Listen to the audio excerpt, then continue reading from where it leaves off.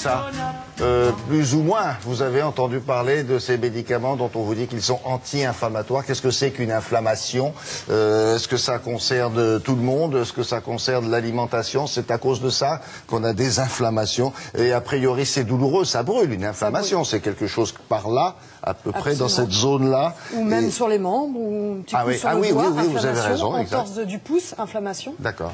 En fait, il faut bien distinguer l'inflammation que l'on vit au quotidien. Effectivement, une entorse, une écharpe dans le doigt, la peau devient douloureuse, elle devient enflée, vous voyez du rouge, ça fait très mal, c'est une inflammation et c'est tout à fait normal et c'est tant mieux parce que l'inflammation, c'est un moyen de survie, c'est un système de défense.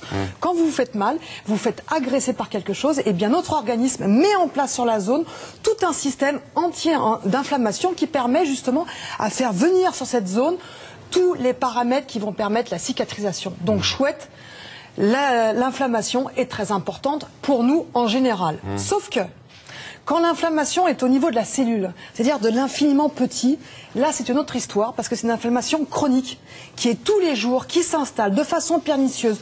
Vous ne la sentez pas, elle n'est pas douloureuse, vous ne la voyez pas, vous ne le savez même pas, mais en revanche cette inflammation chronique peut devenir dangereuse parce qu'elle peut faire le lit de nombreuses maladies chroniques qui sont en constante augmentation dans les pays développés comme l'obésité, le diabète, les maladies cardiovasculaires et même les cancers. Mais alors si l'inflammation est clandestine, elle est masquée, qu'est-ce qu'on peut faire contre elle? Eh bien justement, on peut dès aujourd'hui adopter un mode de vie anti-inflammatoire, c'est-à-dire faire en sorte que dans votre vie de tous les jours, vous limitez cette inflammation. Explication dit, monsieur, dans le livre de cette dame, docteur Serfati Lacronière, tout pour limiter cette inflammation chronique.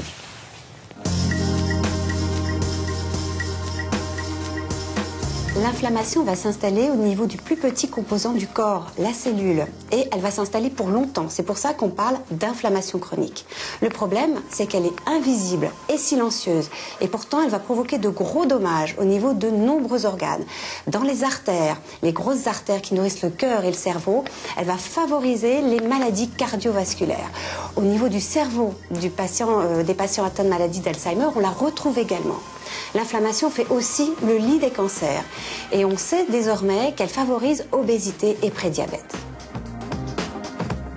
Pour lutter contre cette inflammation chronique, il faut autant que possible supprimer les agressions qui la déclenchent. Et parmi ces agresseurs, il y a des facteurs alimentaires. Des aliments dits pro-inflammatoires. Ainsi, les graisses saturées d'origine animale, celles que l'on trouve dans le fromage, dans les viandes grasses, dans la crème, sont à limiter. Ainsi que des acides gras, que l'on nomme les acides gras trans, qui apparaissent lors de la friture ou que l'on trouve dans des aliments qu'on appelle les aliments raffinés, c'est-à-dire les gâteaux du commerce, les biscuits ou les chips, qui en contiennent beaucoup. Et enfin, la dernière catégorie, les aliments à fort pouvoir sucrant, les sucreries, les boissons sucrées ou les sodas, qui également déclenchent et aggravent l'inflammation chronique. A l'inverse, et c'est une bonne nouvelle, il y a des aliments qui vont lutter contre l'inflammation chronique. Ce sont les poissons gras des mers froides avec leurs oméga 3, qui sont des acides gras que l'on retrouve également dans les huiles végétales, comme l'huile de colza ou l'huile de noix. On favorisera aussi l'huile d'olive, les amandes et les noisettes, ces oléagineux qui possèdent des acides gras monoinsaturés. On pensera aussi aux fruits et légumes très riches en fibres et en antioxydants qui luttent tous contre l'inflammation chronique. On peaufinera notre alimentation avec les herbes et les épices, le gingembre et le curcuma en tête. Et pour compléter le tout, du thé vert et un carré de chocolat noir par jour qui sont des aliments qui permettent véritablement de lutter contre l'inflammation chronique. Enfin, une autre voie pour lutter contre l'inflammation chronique, c'est l'activité physique, puisque les études ont bien démontré une baisse des marqueurs de l'inflammation dans le sang après un exercice physique régulier, ainsi d'ailleurs qu'après une bonne nuit de sommeil. Forcément. Oui, je sais, oui. Je sais ce que vous allez dire, oui, la bonne nuit de sommeil, un petit peu de sport, 5 fruits et légumes, vous avez déjà entendu, vous avez raison. Non. Parce que là, on est dans la réparation de l'inflammation, c'est-à-dire qu'on a pu montrer vraiment, avec des bilans sanguins, que lorsque vous pratiquez une activité physique, vous pouvez faire diminuer les taux de protéines réactives, par exemple, qui mettent en évidence cette inflammation. Donc oui, c'est vraiment l'activité physique et le sport et le sommeil, c'est pas pour prévenir, c'est même pour réparer, c'est-à-dire pour diminuer cette inflammation. Merci beaucoup. Au revoir. J'étais convaincante. Si, allez, au revoir.